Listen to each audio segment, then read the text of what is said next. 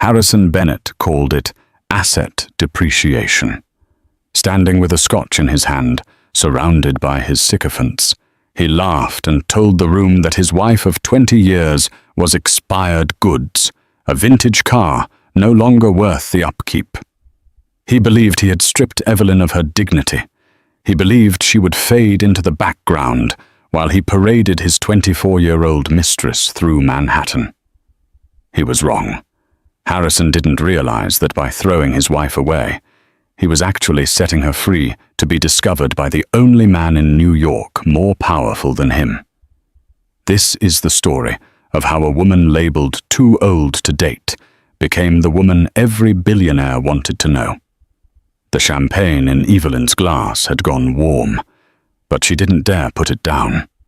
In the high-stakes ecosystem of Manhattan's elite, an empty hand was a sign of weakness, a signal that you were not being served, not being attended to, and therefore not important. At 48, Evelyn Bennett knew the rules better than anyone. She had written half of them. As the wife of Harrison Bennett, the CEO of Bennett Cross Holdings, she had spent 2 decades curating the perfect life. She was the architect of his social standing, the ghostwriter of his charm, and the silent partner in his rise from a Brooklyn developer to a Manhattan titan. Tonight was the Sapphire Gala, a charity event for ocean conservation held at the Metropolitan Museum of Art. The Temple of Dendur was bathed in blue light, casting long, watery shadows against the sandstone. "Evelyn, darling, you look comfortable," a voice dripped with faux concern. Evelyn turned to see Beatrice van der Waal, a woman whose facelift was so tight she looked permanently surprised. Beatrice Evelyn smiled, the practiced muscles in her cheeks engaging automatically. "And you look vibrant. Is that a new dermatologist?" Beatrice's eyes narrowed. "Harrison seems to be enjoying himself. He's over by the bar, with that new PR girl.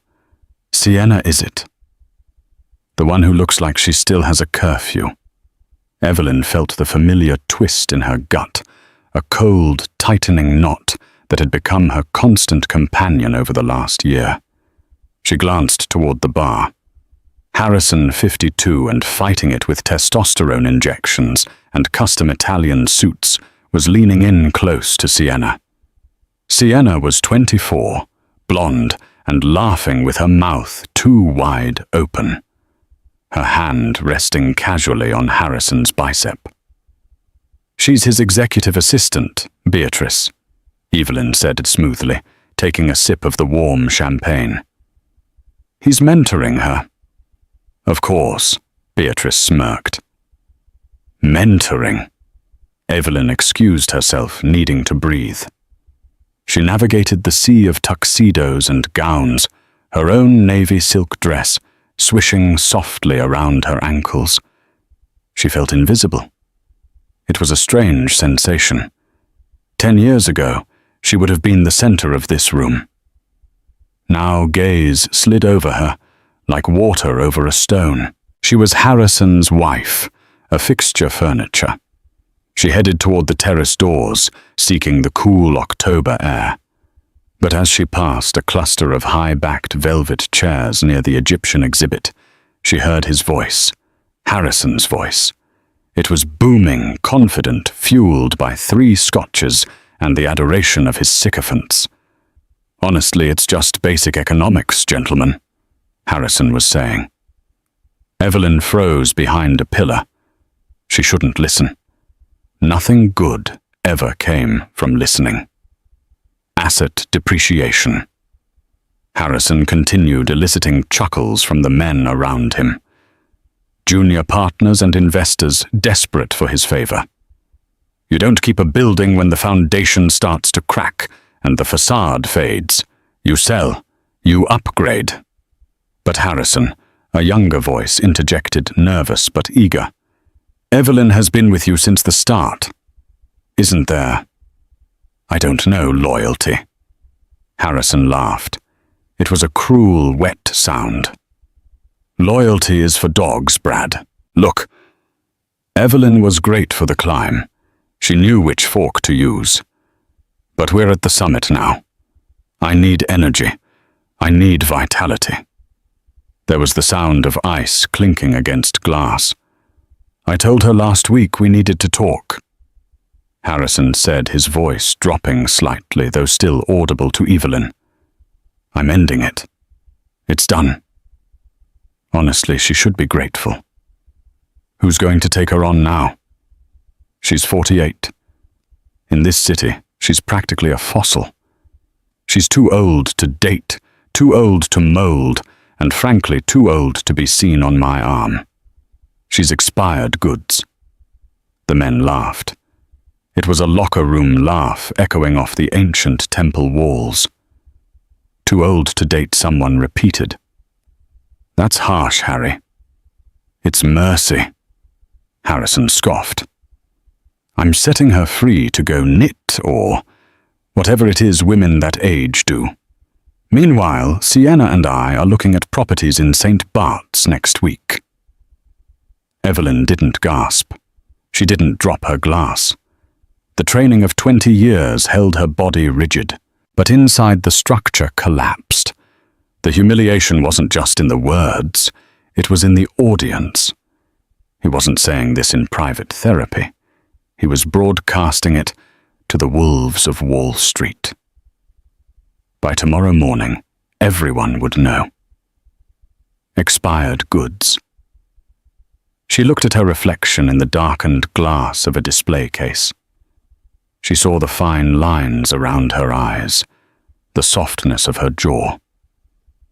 She saw a woman who had raised 2 children, managed 3 households, and organized galas that raised millions.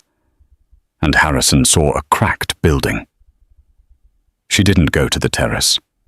She turned around, walked past the coat check, and exited the museum into the flashing lights of the waiting paparazzi. Usually she would smile, tilt her chin, and pose. Tonight she walked straight to her town car, her face a mask of stone. Mrs. Bennet. Mrs. Bennet. Where's Harrison? A photographer shouted. Evelyn stopped. She looked directly into the lens of the camera. The flash blinded her for a second. Harrison is inside, she said, her voice surprisingly steady. He's discussing the depreciation of vintage assets. You should go ask him about it. She slid into the car, the door thudding shut, sealing her in silence. Home, ma'am, the driver asked. Evelyn looked out the window at the passing city lights. The penthouse on Fifth Avenue wasn't home anymore. It was Harrison's showroom. No, she said. Take me to the Pierre Hotel. And Arthur Block.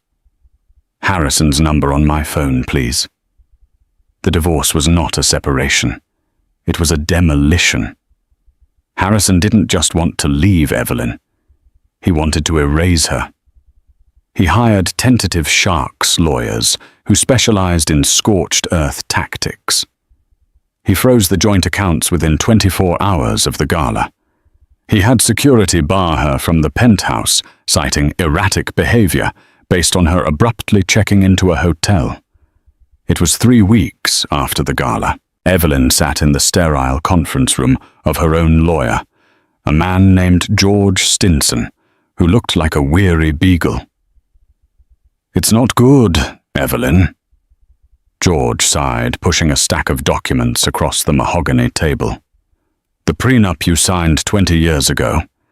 It's ironclad. It was written before the business took off. You get a payout, yes, but it's a fraction of the estate's value. And he's fighting for the real estate portfolio. He can have the penthouse, Evelyn said, staring at a water stain on the ceiling. He can have the Hamptons estate. He can have the cars. He wants the Aspen Lodge too, George said gently. And he's contesting your request for alimony based on the fact that you have a degree in art history and are capable of work.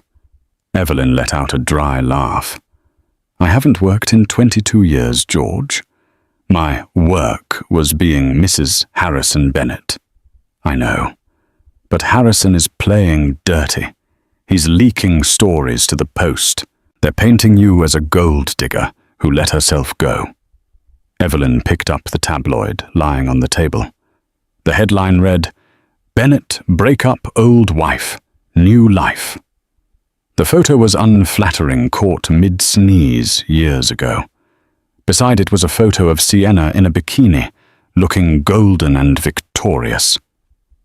"He told everyone I was too old to date," Evelyn whispered. "Now he's making sure I'm too poor to live." "You won't be poor, Evelyn. You'll have a few million. But in your world, in my world, that's cab fare," she finished. She stood up, walking to the window. Below, the ants of New York scurried about. "I don't care about the money, George. I care about the disrespect. He's trying to strip me of my dignity.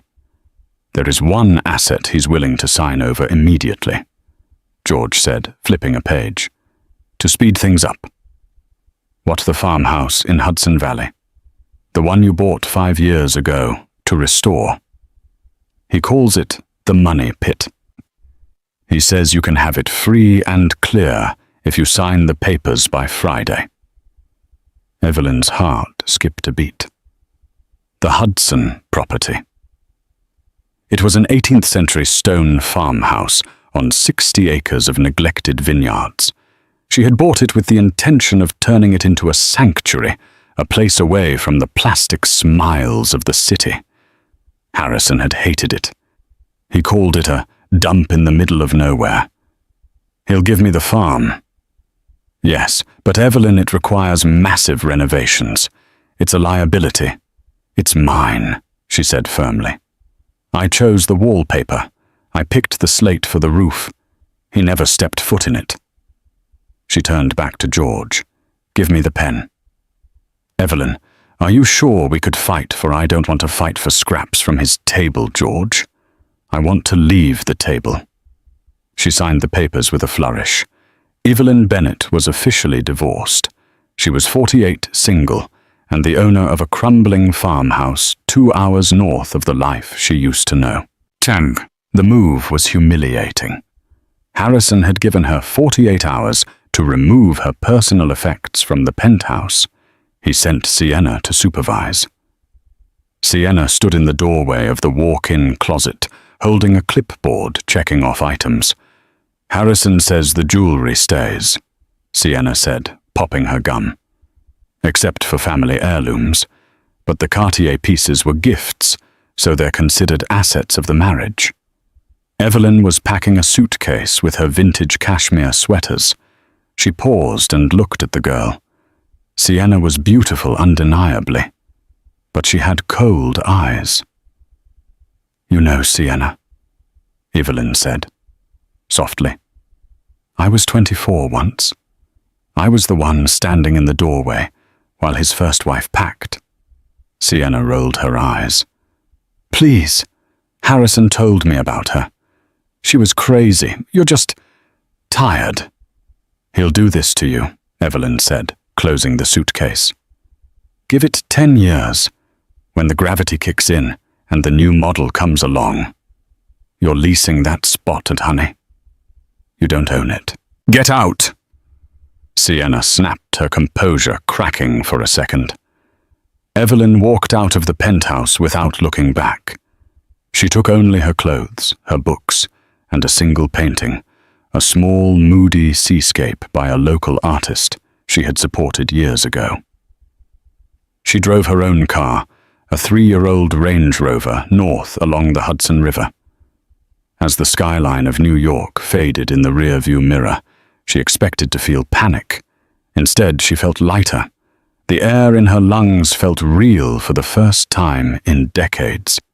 She arrived at the farmhouse at dusk. It was beautiful in a melancholy way. The stone was covered in ivy, the roof sagged slightly on the west wing, and the garden was a riot of overgrown weeds. It was broken, just like her. For the first 2 weeks, Evelyn wallowed. She drank too much wine. She cried until her eyes were swollen shut.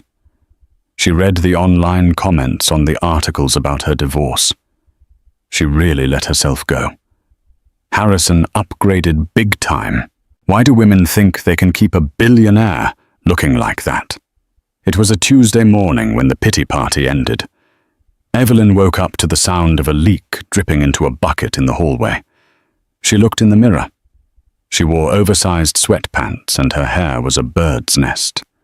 Too old, she said to her reflection. She leaned in closer. Her eyes were green, flecked with gold. Her skin, though tired, was clear. Her bone structure was still there, hidden under the puffiness of grief. No, she said. She went to the garage and found a sledgehammer left by a previous contractor. She marched into the kitchen, a hideous 1980s renovation that Harrison had refused to let her gut because of the cost, and swung the hammer. Crack. A tile shattered. Too old crack. Expired smash. She swung with the rage of 20 years of silence. She destroyed the ugly cabinets. She smashed the cheap countertop. She screamed until her throat was raw, covered in dust and plaster. When she was done, she sat amidst the rubble, panting, sweating, and alive. She needed a contractor. She needed materials. And she needed coffee. She drove into the small town of Rhinebeck, covered in drywall dust, wearing her work boots and tight jeans. She walked into the local hardware store, Miller's Supply. She was looking at copper piping when she felt someone watching her. "You look like you fought a wall and won." A deep voice said. Evelyn turned. Standing there was a man. He was tall, wearing a flannel shirt with the sleeves rolled up, revealing forearms that had clearly done a day's labor. He had salt and pepper hair, a scruffy beard, and piercing blue eyes behind wire-rimmed glasses. He looked to be about 50. The wall didn't stand a chance, Evelyn said, wiping a smudge of dust from her cheek. "I'm Evelyn." "I know," the man said. "The whole town knows. The city lady who bought the old stone farm." He extended a hand. "I'm Jack. I handle the lumber yard out back." His hand was rough, warm, and calloused. "Well, Jack," Evelyn said, surprising herself with a small smile. "I need a lot of lumber, and I need someone who doesn't mind taking orders from an expired woman." Jack laughed. It was a rich, genuine sound, the opposite of Harrison's polished chuckle. "Ma'am, looking at you, I'd say the expiration date is a long way off. You've got fire." "I like fire." Evelyn felt a blush rise up her neck. It wasn't just a compliment. It was a spark. Little did she know, Jack wasn't just a lumberyard manager. And the old stone farm wasn't just a house. It was about to become the stage for the greatest second act in New York history. But first she had to rebuild. November in the Hudson Valley was not kind to the unprepared. The wind whipped off the river with a damp, bone-chilling bite that seeped through layers of wool and insulation. For Evelyn, it was a shock to the system, a stark departure from the climate-controlled existence of her life with Harrison.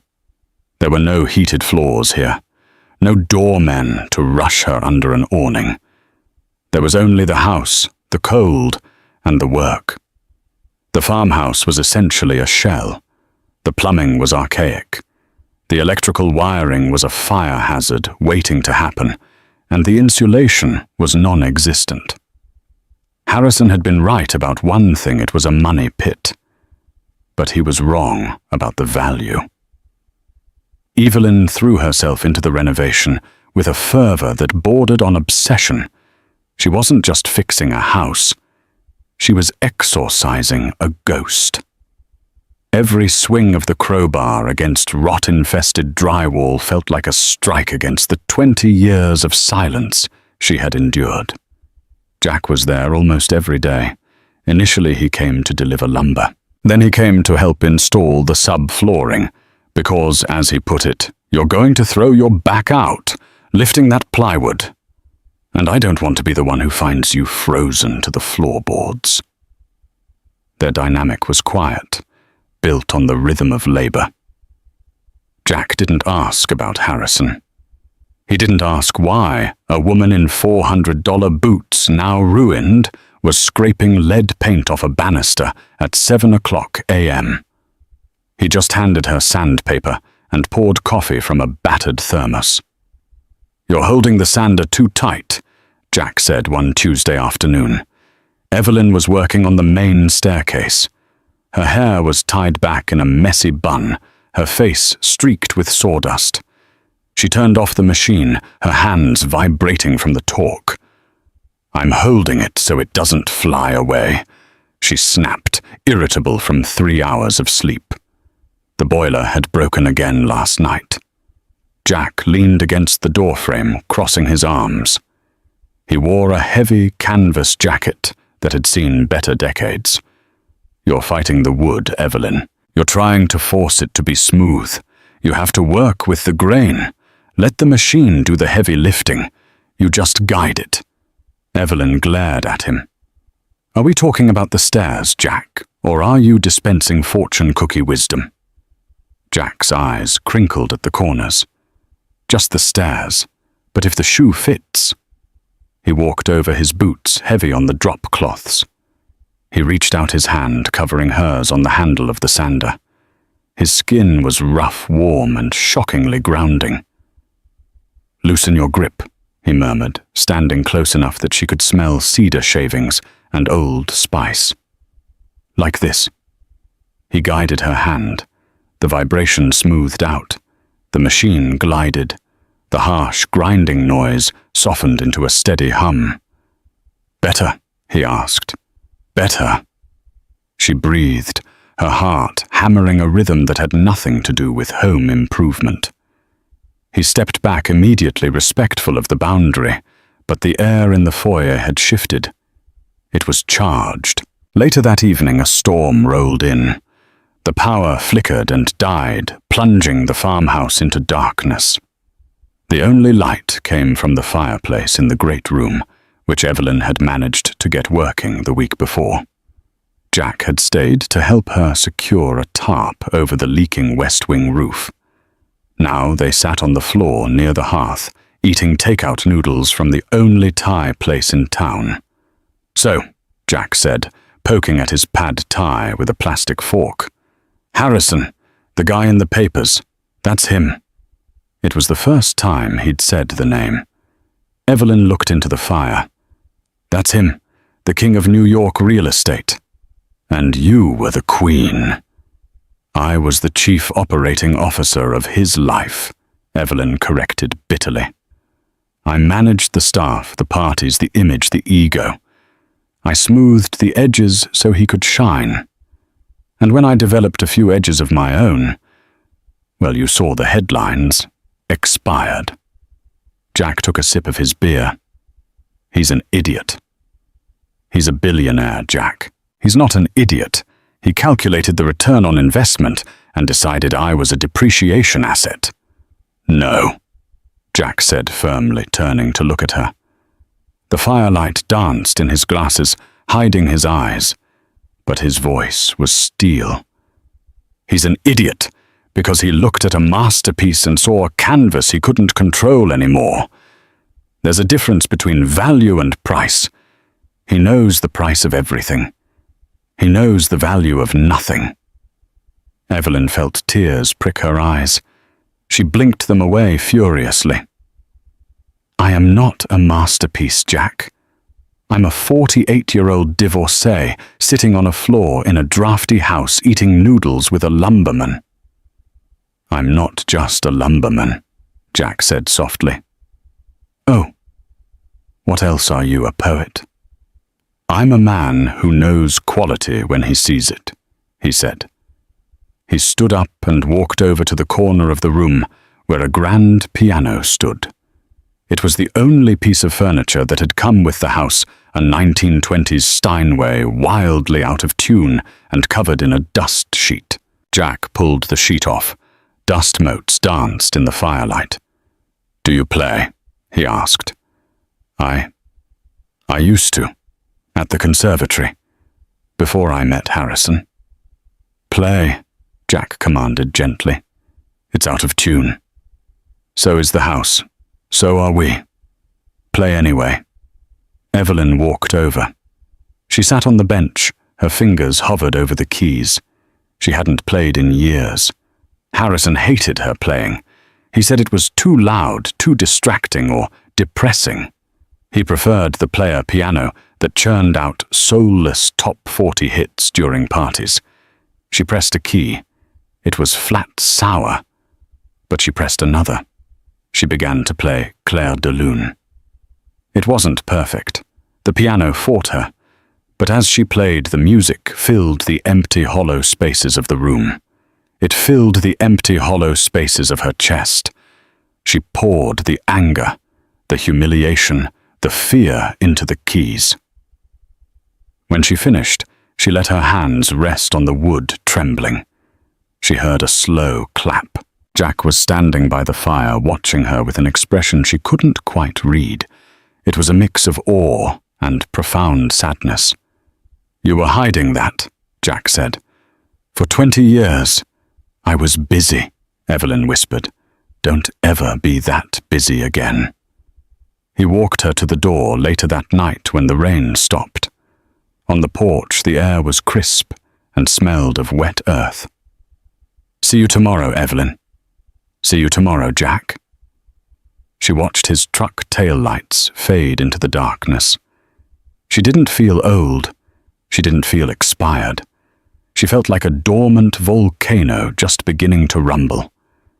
Manhattan was gearing up for Christmas, and the city was a kaleidoscope of red, green, and gold. But inside the penthouse at the Bennett Tower, the atmosphere was grey.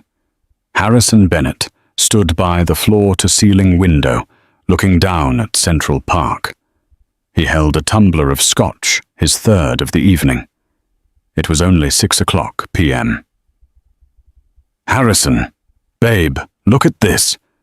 Sienna's voice grated on his nerves. She was sprawled on the custom Italian leather sofa, the white one Evelyn had forbidden anyone from sitting on, with blue jeans. Sienna was wearing blue jeans. "What is it?" Harrison snapped, not turning around. "The caterer for the Christmas gala called. They're asking about the dietary restrictions for the board members. They said Evelyn usually sent a spreadsheet. I don't know what they're talking about. Can't they just serve steak?" Harrison pinched the bridge of his nose. "Senator Davidson is a vegan, Sienna. The Japanese delegation does not eat red meat. And half the board is on statins and can't have heavy cream sauces. If you serve steak, you offend the senator, lose the Japanese contract, and kill my CFO." Sienna huffed, tossing her phone onto the cushion. "God, why is this so hard? It's just a party. Evelyn made it look so easy." "Evelyn," Harrison muttered, "worked 18 hours a day during gala season." "Well, I'm not Evelyn," Sienna retorted. "I have a life. I have Pilates. And you promised we'd go to Aspen."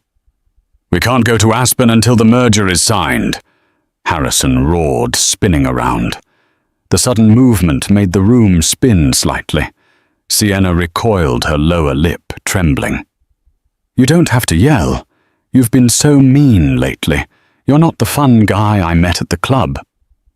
"I am the CEO of a multi-billion-dollar conglomerate, Sienna. I am not a fun guy. I need support. I need competence." "Then hire an assistant," she screamed back. "I did hire an assistant," Harrison shouted. "I was sleeping with her, and now she's useless." The silence that followed was deafening. Sienna stared at him, her eyes wide. Harrison realized what he had said. He didn't care. "Get out," he said calmly. "Go to the hotel." "Harrison, go." When she was gone, the penthouse felt massive and cold. It was a museum of his success, but it felt like a mausoleum. He walked to the desk in the study. Piles of paperwork sat untouched. Evelyn used to organize his personal correspondence. Evelyn remembered his mother's birthday. Evelyn knew which wine the governor preferred. Evelyn was the lubricant in the engine of his life, and without her, the gears were grinding to a halt. He sat down and opened his laptop. He told himself he was checking the news. He wasn't. He was Googling her.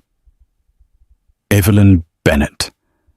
There were no new photos, no paparazzi shots of her stumbling out of bars, no desperate interviews. She had vanished. "Where are you?" he whispered. He pulled up the file on the transfer of the Hudson Valley property. He looked at the address. Old Stone Farm, Route 9, Rhinebeck. He needed her signature on a tax document. It was a lie his lawyers could handle it. But he needed to see her. He needed to see her miserable. He needed to see her failing. He needed to confirm that he had won. Meanwhile, in Rhinebeck, Evelyn was uncovering a mystery. She was at the local library, looking for historical records of her farmhouse to ensure the restoration was period accurate. The librarian, a chatty woman named Martha, was helping her navigate the microfiche. "You're doing a great job with that place," Martha whispered. "Jack must be a big help. He's a good man. Keeps to himself mostly." "He's been wonderful," Evelyn said. "He knows so much about construction. He said he manages the lumber yard." Martha paused, frowning. "Lumberyard Jack doesn't manage the lumber yard. He owns the lumber yard, and the hardware store, and the organic farm down the road." Evelyn paused. "He owns them. Honey Jack bought half the town 3 years ago, when the factory closed down, saved us from bankruptcy. He's the quietest philanthropist I've ever seen. Came here from California, I think, looking for peace." Evelyn felt a strange prickle on the back of her neck. California. She went back to the farmhouse that afternoon, her mind racing. Jack had lied, or at least omitted the truth. He wasn't just a laborer. She walked into the kitchen. Jack was there, installing the new copper faucet she had ordered. He was under the sink, his long legs sticking out. "Jack." "Yeah." His voice echoed from the cabinet. "I went to the library today." Jack slid out from under the sink, wiping grease on a rag. He sat up, pushing his glasses up his nose. He saw the look on her face. And Martha tells me you own the lumber yard, and the hardware store, and half of Rhinebeck." Jack sighed, resting his forearms on his knees. "Martha talks too much." "Why did you let me treat you like an employee? I ordered you around. I tipped you." Jack chuckled softly. "You tipped me $20. I framed it. It's on my fridge." "Jack, who are you?" Evelyn asked, her voice trembling. "Don't give me the just Jack line." Jack stood up. He walked over to the window, looking out at the vineyards that were covered in a light dusting of snow. "My name is Jackson," he said slowly. "Jackson Sterling." Evelyn gasped. The air left the room. Jackson Sterling, the founder of Sterling Volt, the pioneer of next-generation battery technology, the man who revolutionized green energy, and then at the height of his fame 3 years ago vanished from the public eye after his wife died in a car accident. He was worth billions, more than Harrison, much more. "You're Jackson Sterling," she whispered, "the Time magazine Person of the Year." "I was." Jack said, turning to face her. He looked tired. Then I lost Sarah. And the money, the fame, the magazine covers. It all felt like ash. I couldn't breathe in that world anymore. Everyone wanted something. Everyone was selling something. So I sold my shares, kept a controlling interest, and walked away. I came here to be nobody. He took a step toward her. I didn't want you to know, he said intensely. Because when people know, they change. They start looking at the wallet, not the man. But you treated me like a guy who hauls wood. You yelled at me for tracking mud in. You made me coffee because you wanted to, not because you wanted a donation. Evelyn stared at him. She saw the billionaire now. The intelligence, the burden of power. But she also saw the man who had sanded her stairs and listened to her play piano. I'm not interested in your wallet, Jack, she said, her voice steady. I had a wallet. It was attached to a man who thought I was an accessory. I'm allergic to wallets. Jack smiled, a genuine, relieved smile that reached his eyes. Good. Because I'm starting to think that the old stone farm isn't the only thing around here worth restoring. He reached out and took her hand. His thumb brushed over her knuckles. Evelyn, he said, his voice dropping an octave. I have a charity gala next week, in the city. I haven't gone back in 3 years. My board is begging me to make an appearance to calm the investors. I swore I wouldn't go. But... He looked at her, his eyes searching hers. I'd go if I had a reason to. If I had an ally. Someone who knows the sharks and knows how to swim with them. Evelyn's heart raced. A return to the city. To the world that had spat her out. You want me to go with you? I want to go with you, Jack corrected. I want to show them what real quality looks like. I want to walk in there with the most impressive woman I've ever met. And I want to see Harrison Bennett's face when he realizes what he threw away. Evelyn pulled her hand back slightly. Revenge. No, Jack said. Justice and maybe a date, a real one, where I wear a tuxedo and you don't wear work boots. Evelyn looked at her reflection in the dark kitchen window. She saw the new Evelyn. Stronger, wiser, and yes, terrified. I have nothing to wear, she said. Jack grinned. I have a plane. We can go to Paris for the weekend. Fittings at Dior. Evelyn laughed, and it was a sound of pure joy. Let's go to Paris.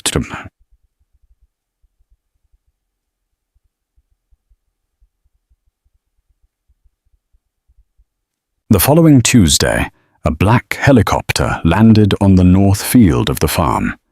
Harrison Bennett's private investigator parked down the road in an unmarked sedan, snapped photos as Evelyn Bennett, wearing a trench coat and sunglasses, boarded the chopper with a man the PI couldn't quite identify. The PI dialed Harrison's number. Mr. Bennett, she's on the move. Where is she going? Harrison barked into the phone. She just got on a helicopter. Tail number belongs to Sterling Industries. There was a silence on the line. Sterling. Harrison's voice cracked. Jackson. Sterling. That's impossible. He's a ghost.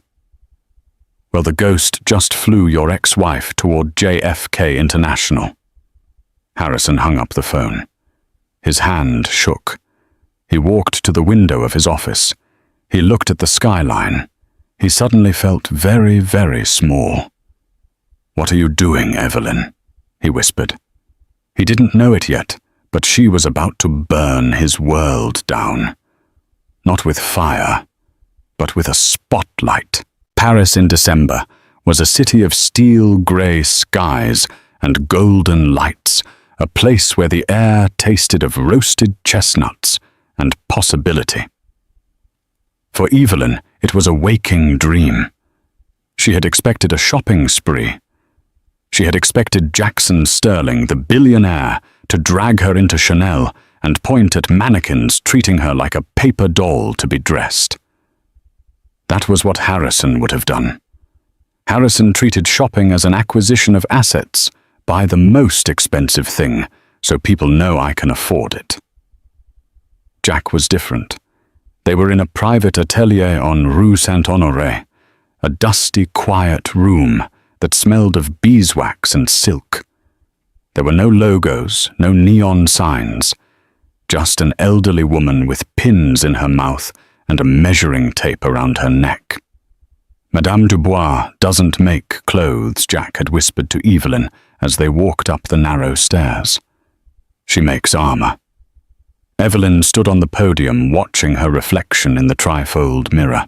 She was wearing a prototype of the gown, a structure of muslin and pins. It is aggressive, Evelyn murmured, touching the plunging neckline. It is unapologetic. Madame Dubois corrected, her voice raspy.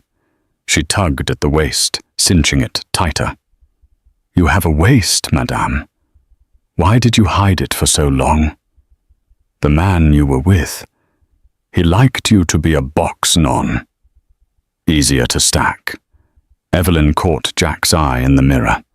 He was sitting on a velvet sofa, sipping espresso, watching her with an intensity that made her skin prickle. He wasn't looking at the dress. He was looking at her. I was a box, Evelyn whispered. I was a container for his life. Not anymore, Jack said. He stood up and walked over. Evelyn, the gala in New York isn't just a party. It's a declaration. When we walk in, I don't want them to see Harrison's ex-wife. I want them to see the woman who survived him. He turned to Madame Dubois. The silk. The platinum one. Madame Dubois smiled, a wicked glint in her eye. The liquid silver. Excellent choice. Over the next 3 days, Evelyn felt the layers of the last 20 years peeling away. It wasn't just the clothes. It was the way Jack listened. They spent hours walking along the Seine. He told her about the pressure of being a prodigy, the crushing weight of expectation that led him to hide in Rhinebeck. He told her about his late wife, Sarah, and how he had forgotten how to breathe after she died. I was dead, too, Evelyn admitted one evening as they sat in a bistro near Notre Dame. I was walking, talking, hosting parties. But I was a ghost. I thought my life was over at 48. Jack reached across the table, taking her hand. His grip was firm, the calluses from the lumber yard still there against her skin. Evelyn, wine gets better with age. Stone gets harder. The only things that rot are the things that aren't built to last. Harrison. He's cheap drywall. You're marble. Evelyn looked at him, and for the first time in forever, she didn't feel the need to look away. Why me, Jack? She asked. You could have anyone. Models, actresses. Why the woman buying copper pipe in muddy boots? Because, Jack said softly, the models and actresses want Jackson Sterling, the billionaire. They want the finished product. You saw a man covered in sawdust and treated him with dignity. You saw the rough draft and didn't try to edit it. That's rare, Evelyn. That's priceless.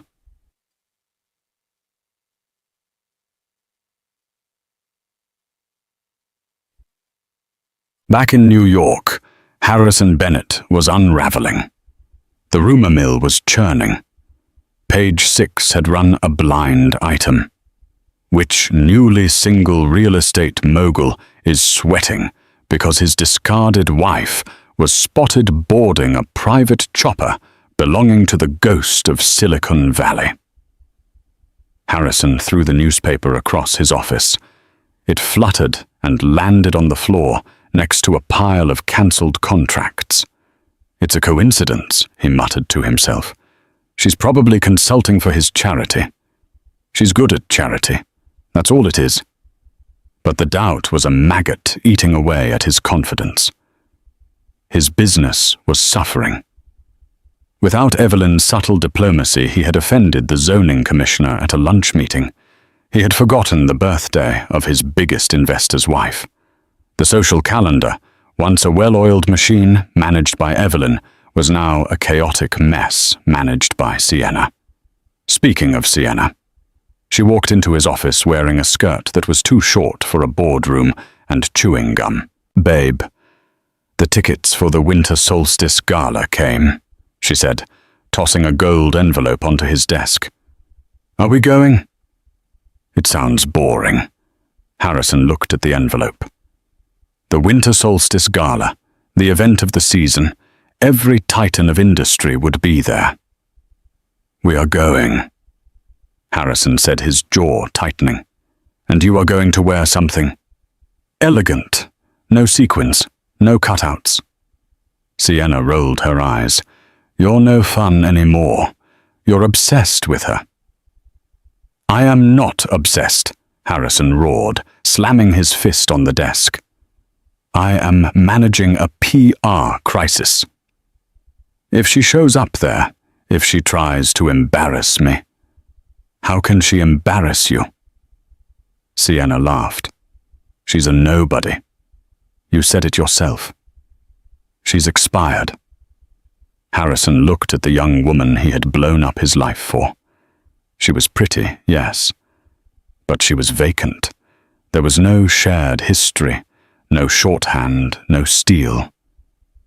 "Just get the dress, Sienna," he whispered, "and for God's sake, stop chewing gum." The night of the Winter Solstice Gala, the steps of the Metropolitan Museum of Art were transformed into a river of red velvet.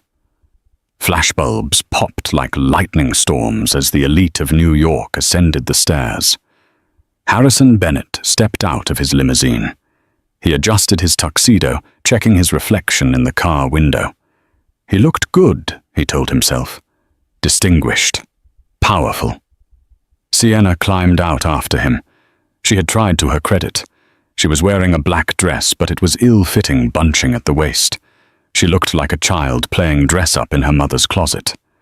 She grabbed Harrison's arm, her nails digging in. "Smile, babe," she hissed as the cameras turned toward them.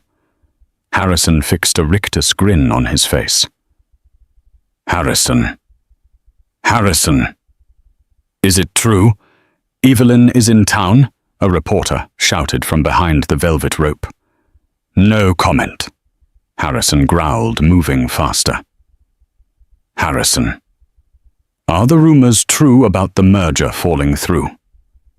No comment. He hustled Sienna up the stairs and into the great hall.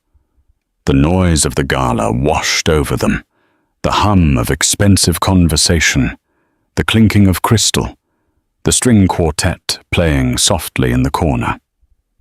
He scanned the room. He saw the Rockefellers, the Vanderbilts, the new tech money from California. He felt a wave of relief. Evelyn wasn't here. Of course she wasn't. She was probably back in that hovel in the Hudson Valley knitting. "See," he muttered to Sienna, grabbing a glass of champagne. She didn't dare show her face. "Can we go sit down?" Sienna whined. "My heels hurt." Suddenly, the hum in the room changed. It wasn't a silence. It was a shift in frequency. The conversation stopped near the entrance and rippled outward like a wave moving across a pond. Heads turned. Glasses were lowered. The string quartet actually faltered for a beat. Harrison turned toward the massive bronze doors. Standing at the top of the grand staircase framed by the archway was a couple. The man was tall, wearing a tuxedo cut so sharply it looked like it could draw blood.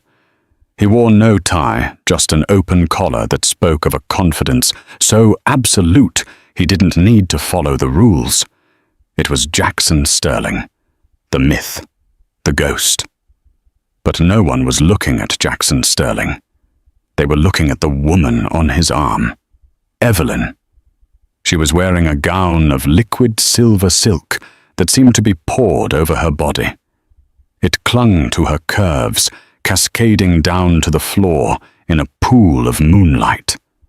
Her shoulders were bare, her skin glowing with a radiance that defied age. Her hair, usually pulled back in a severe bun, was loose, falling in soft, confident waves around her face.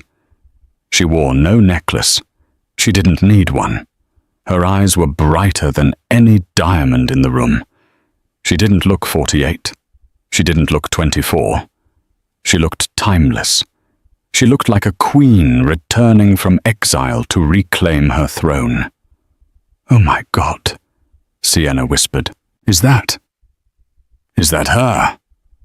Harrison felt the blood drain from his face. His knees locked. The glass of champagne in his hand shook, spilling a drop onto his cuff. Evelyn and Jackson began to descend the stairs. They didn't look down. They looked straight ahead, moving with a synchronized grace that made them look like a single entity. The room parted for them. It wasn't intentional. It was instinctual. People stepped back to give them space, drawn in by the gravitational pull of their presence. As they reached the floor, the murmurs began. "Is that Jackson Sterling? Look at her. Look at Evelyn. I thought Harrison said she was a mess. She's magnificent." Harrison couldn't move. He was frozen, watching his expired goods captivate the most cynical room in the world.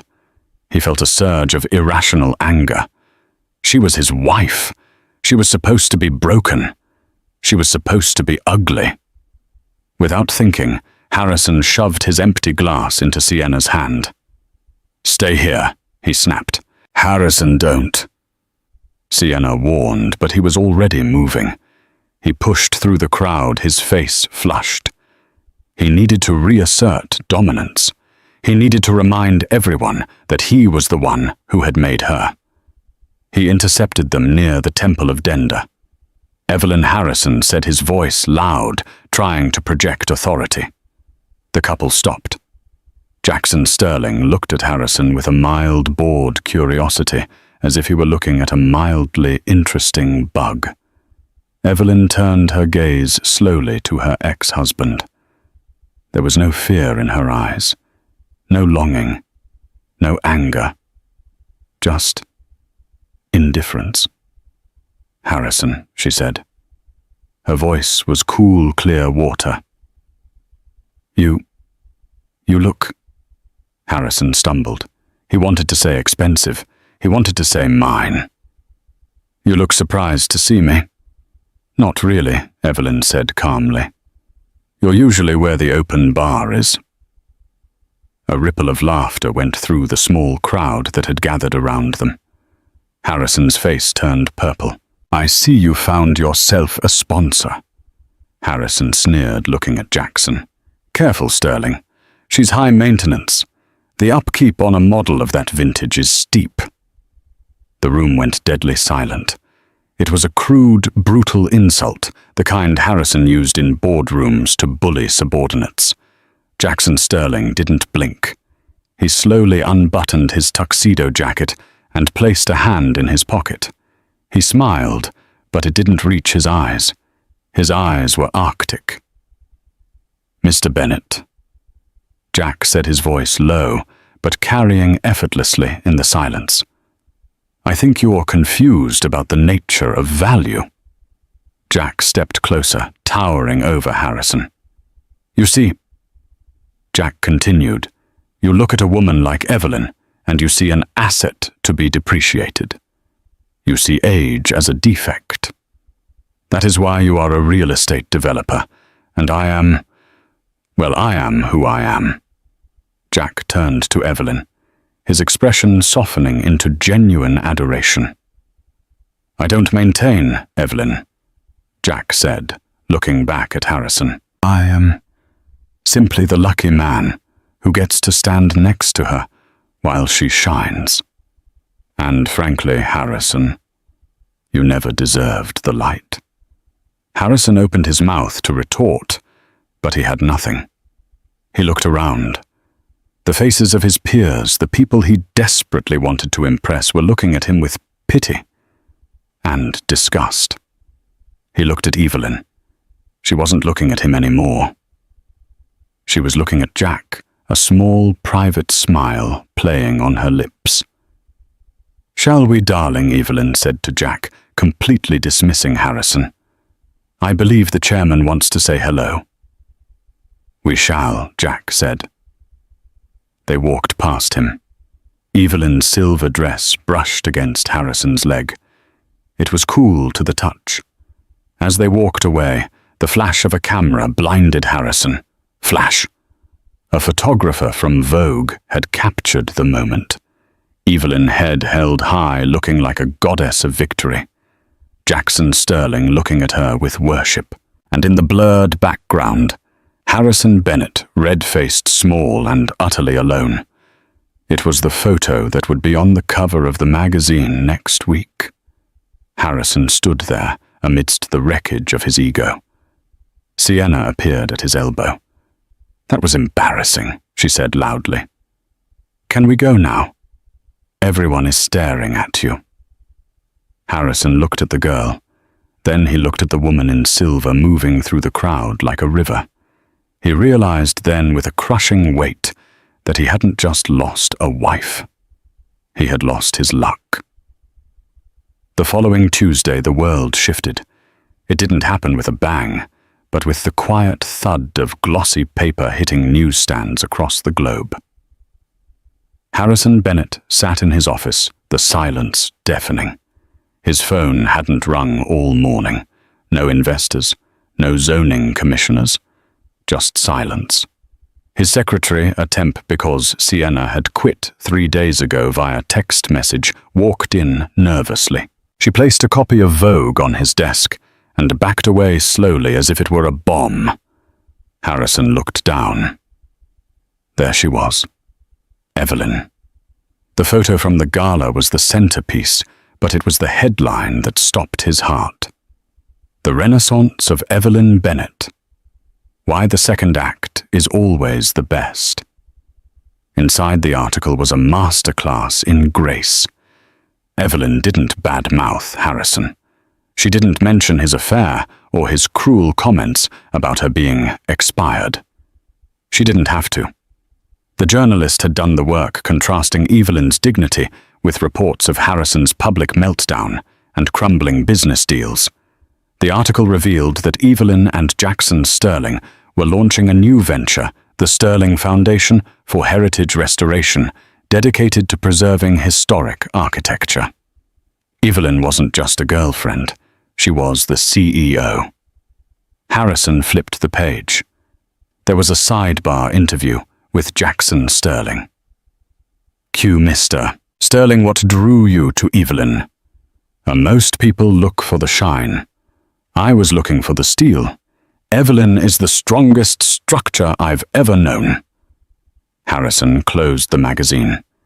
He looked out the window at the city he thought he owned. He had traded a diamond for a rhinestone because he thought the diamond was too old. Now the rhinestone was gone and the diamond was out of reach, shining in a crown he could never afford. 6 months later, the old stone farm was finished. It wasn't just a house. It was a sanctuary. On the back porch overlooking the vineyard, now heavy with grapes, Jackson found Evelyn. She was reading a letter. "Good news," he asked, handing her a glass of wine. "Harrison sold the penthouse," she said quietly. "Bankruptcy protection. He's moving to a condo in Jersey City." Jackson sat beside her, resting his hand on her knee. Do you feel sorry for him? Evelyn looked at the sunset painting the sky in hues of violet and gold. I feel indifferent, Jack, and that's the real freedom. Jackson smiled. He reached into his pocket and pulled out a small velvet box. There was no paparazzi here, no gala. Just the two of them and the smell of the earth. Well, Jackson said, his voice thick with emotion. I have a proposal for the CEO. A merger, if you will. Lifetime contract. No exit clause. Evelyn opened the box. It was a vintage emerald, deep and green and full of history. A stone that had seen things, survived things, and was more beautiful for it. It's not new, Jack whispered. No. Evelyn smiled, tears filling her eyes. It's timeless. Harrison Bennett spent 20 years believing that value was something you bought, something that depreciated the moment you took it off the shelf. He looked at his wife and saw an expiration date. He didn't realize that some things like fine wine, historic architecture, and a woman's spirit only gain value with time. By the time he understood that he had thrown away a masterpiece, it was hanging in someone else's gallery. Evelyn didn't just survive her expiration. She redefined it. She proved that you are never too old to start over, never too broken to build, and never ever too late to find a love that sees the steel beneath the velvet. What do you think was Harrison's punishment fitting for his crime? And have you ever felt undervalued by someone who didn't see your true worth? Let me know your story in the comments below. I read every single one. If you enjoyed Evelyn's journey from expired to extraordinary, please hit that like button. It helps the channel so much. And don't forget to subscribe and ring the bell so you never miss a story of justice, romance, and redemption.